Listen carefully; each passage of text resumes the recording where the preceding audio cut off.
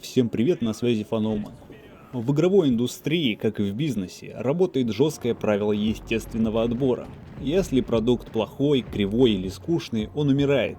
Клиент голосует ногами и деньгами. Сервера пустеют, студии закрываются. Мы видели это много раз. Но War Thunder — это феномен.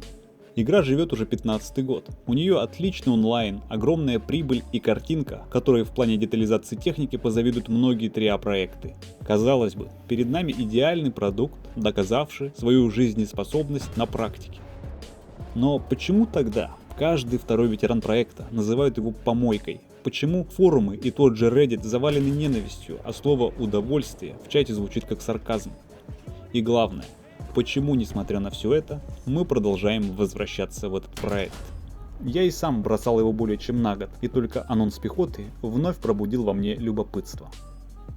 Многие считают, проблема War Thunder в случайных багах, кривом балансе или лени разработчиков. Мол, улитке просто нужно починить игру. Но что если я скажу вам, что чинить здесь нечего? Что если все, что мы считаем ошибками, на самом деле идеально работающий механизм? Сегодня я разберу War Thunder не просто как игру, но как бизнес-систему и докажу, что объективно это враждебный продукт, который выживает за счет хищной подмены понятий. Чтобы разобраться в этом, нам придется пройти через дебри геймдизайна, экономику, технический долг и также проблемы коммуникации. Погнали! Начнем с того, что бросается в глаза любому игроку. Геймдизайн и визуал. И если громоздкий интерфейс и управление сотнями клавиш еще можно списать на симуляторную масштабность, то направление, в котором движется визуальный стиль и картостроение, это просто преступление против здравого смысла. Раньше карты по большей части были тактическими полями, схематичными, читаемыми и понятными. Ты видел врага, ты понимал позиции. Сегодня тундра идет по пути визуальной деградации. Картинку намеренно перегружают мусором, эффектами, лишними кустами и хламом. Зачем? Чтобы превратить бой в боль. В этом визуальном шуме твои знания таймингов и позиций значат меньше. Ты можешь быть трижды скилловым игроком, но механика засвета, визуального или звукового, неважно, просто не позволит тебе среагировать. Игра сознательно ослепляет игрока, чтобы уравнять шансы вдумчивого геймера и подпивковича, который просто едет вперед или стоит за холмом. Но даже если ты заметил врага первым, сделал идеальный выстрел, в дело вступает регистрация попаданий и урона, объемные снаряды, которые исчезают в стыках брони или съедаются модулями, механики избыточного давления, которые то работают, то нет, осколки, пролетающие сквозь экипаж без урона, попадание лома в БК, который вызывает только пожелтение. Все мы с этим сталкивались не раз. С уверенностью сказать нельзя, это подкрутки новичкам и слабым игрокам или просто кривой неткод.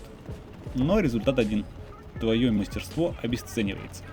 Это превращает игру из экшена в казино. Влияние личного скилла снижается. Ты можешь все сделать идеально, но игра намеренно вводит элементы случайности, чтобы уравнять ветерана и новичка. Такой подход к дизайну не поощряет развитие. Зачем мне учить уязвимые зоны или развиваться, если все решит бросок условного кубика? И наконец, легализованный спаун-кемпинг. Это вообще нонсенс для современного шутера. Ситуация, когда противник может простреливать точку возрождения с другого конца карты. Это признак объективно плохого левел-дизайна, который не чинится годами. А вместо того, чтобы делать нормальные спаун-точки, они подправляют все это убогими костылями, типа полуминутной неуязвимости, при том, что глобально это уродливая механика ничего не меняет. Инвул не спасет от нормального игрока, а если до спавна добрался слабый, то это уже автоматически можно считать поражением.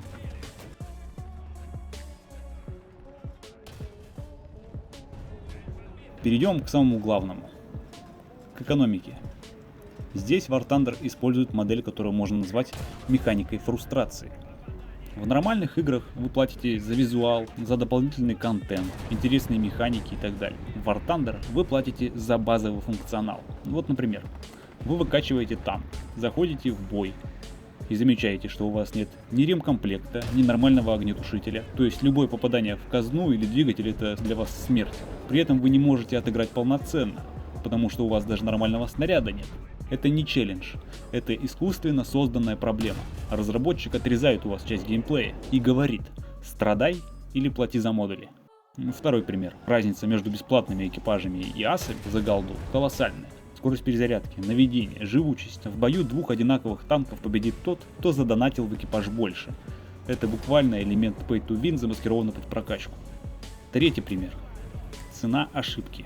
Допустим, вы покупаете премиум танк за $70. На секундочку, это цена полноценного AAA проекта уровня Elden Ring или Baldur's Gate 3. Но в отличие от полноценной игры, здесь разработчик может через месяц поменять боевой рейтинг, изменить бронирование, подвижность, живучесть и другие характеристики. И вот ваш крутой танк за $70 превращается в кактус, и вам никто ничего не вернет. Это потребительский экстремизм – продавать дорогой цифровой товар без гарантии его потребительских свойств.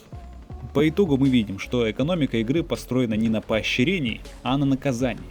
Игра наказывает вас гриндом, нервами, временем, вынуждая покупать обезболивающие в виде премиума или техники. И это подводит нас к фундаменту, на котором стоит этот колосс, к технической части. War Thunder, как бы он ни молодился, уже пожилой. Движок Dag Range неумолимо стареет. Но вместо того, чтобы укреплять фундамент, разработчики год за годом надстраивают новые этажи. Флот, радары, дроны, теперь уже пехоту. Это порождает так называемый спагетти-код, нагромождение механик, костылей и визуальных эффектов, которое неумолимо сказывается на оптимизации и стабильности игры. Некоторые баги не чинятся годами. Впрочем, будем честны, это, пожалуй, единственный аспект, где улитка неумышленно вредит нам. Ей не нужно, чтобы игра лагала. Но их бизнес-модель требует постоянного ввода нового контента для продажи пакетов. А исправление старого кода денег не приносит. Поэтому мы имеем красивый фасад, за которым скрывается изрядно изношенная несущая конструкция, готовая рухнуть от любого крупного патча. И почему же все эти проблемы — геймдизайн, экономика, баги — не решаются годами? Здесь мы упираемся в кризис коммуникации. Разработчики построили стену между собой и аудиторией. Они превратились в слепого статистика. Когда мы говорим «играть некомфортно», «карты дно», они открывают Excel-таблицу, видят, что среднее время боя в норме, а доходы растут, и отвечают «проблем нет». Они видят цифры, а мы чувствуем раздражение. Это разные языки.